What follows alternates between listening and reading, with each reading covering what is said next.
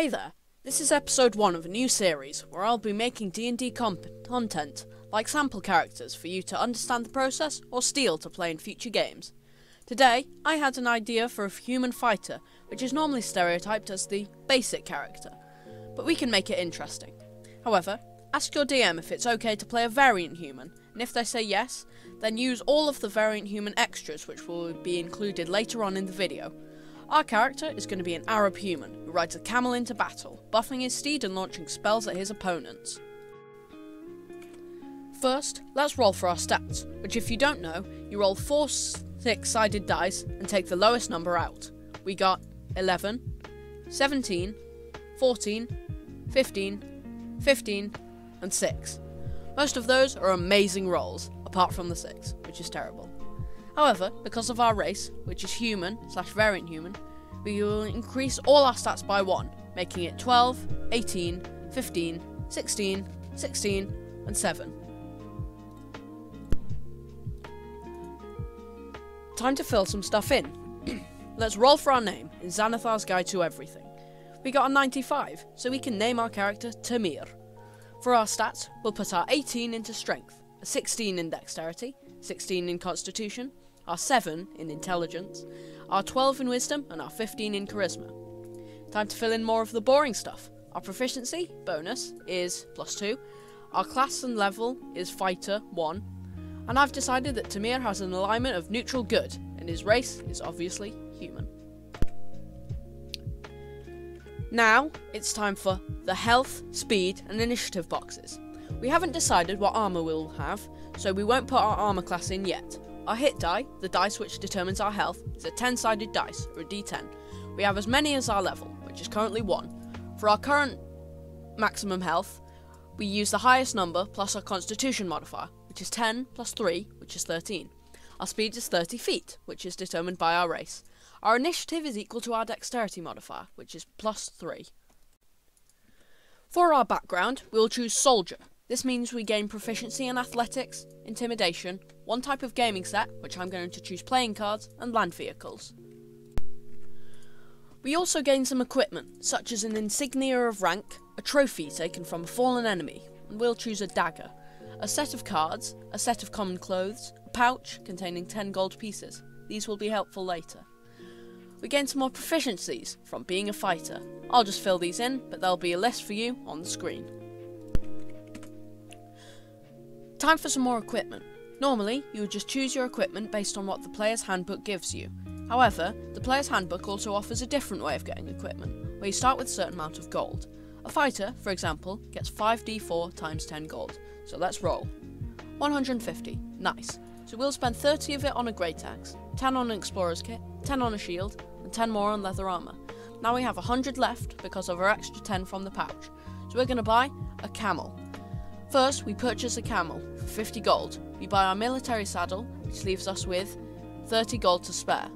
I'll leave that in the character for you to buy things if you use this character in a campaign. Now, we can put our armour class into place, which is 11 plus our dexterity modifier from our leather armour, which is 14. Now, we fill in the mini skills. These have a bracket next to them, indicating which they are related to. You put a plus or minus in the box, adding 2 if you have proficiency in them. Now, time for the attacks. We have 2 weapons, our great axe and our dagger. For our great axe, we put the name, the strength modifier, plus our proficiency bonus as our attack bonus, which is 6, and then 1d12 plus 4 in the damage box. For our dagger, we do the same, putting the name, 6 for our attack bonus, and 1d4 plus 4 in the damage box.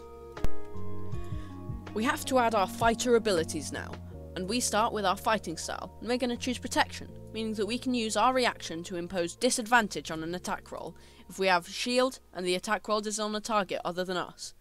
Also, we get second wind, meaning every rest we can use our bonus action to heal 1d10 plus our fighter level. Now, we do personality traits, which I will speed up. And backstory, which I will speed up.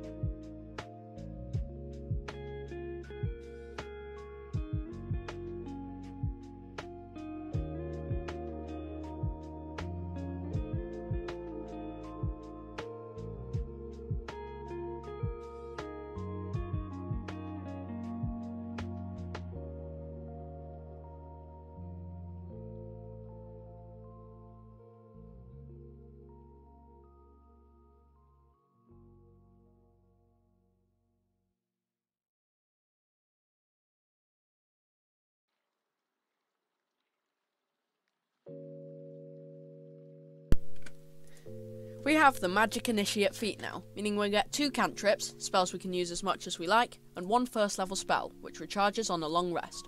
For our spells, we will get Shape Water and Firebolt, and for our first level spell, we'll get Chaos Bolt.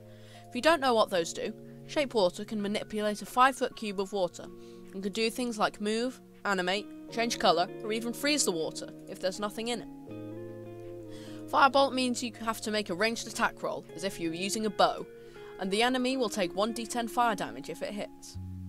Finally, Chaos Bolt means you have to make a ranged attack again, and if it hits, it does 2d8 plus 1d6 damage. You select one of the d8s beforehand, and that determines the damage type. 1 is acid, 2 is cold, 3 is fire, 4 is force, 5 is lightning, 6 is poison, 7 is psychic, and 8 is thunder. If you roll the same number on both 8-sided dice, it bounces to another target of your choice, without doing an attack roll. You can't hit the same enemy twice. At 3rd level, choose the Cavalier subclass. This will enhance your abilities on a mount, our camel. If you are not a variant human, at 4th level, choose to take a feat instead of upgrading your ability scores. Choose Magic Initiate and follow the steps of the magic section of the video.